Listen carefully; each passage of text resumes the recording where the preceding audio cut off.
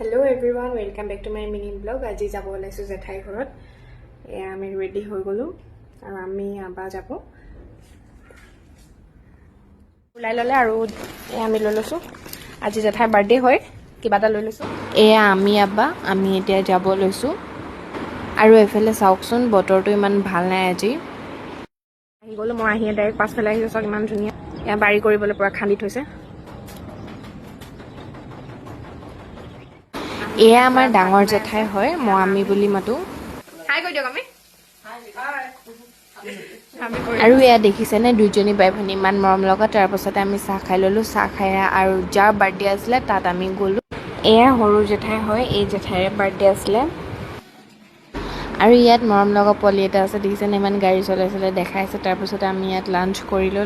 এইফালে চাওকচোন জেঠাইও ইমান মৰম লগা। তাৰপিছত আমি নানা ঘৰ আহিলোঁ, জেঠাইকো লৈ আহিলোঁ। আৰু আমাৰ নানা, আৰু মোক ইমান ফুল দিছে দেখিছেনে, মৰমতে দিছে। তাৰপিছত নানাই আমাক ভাত খাব মাতিছিলে ৰাতি।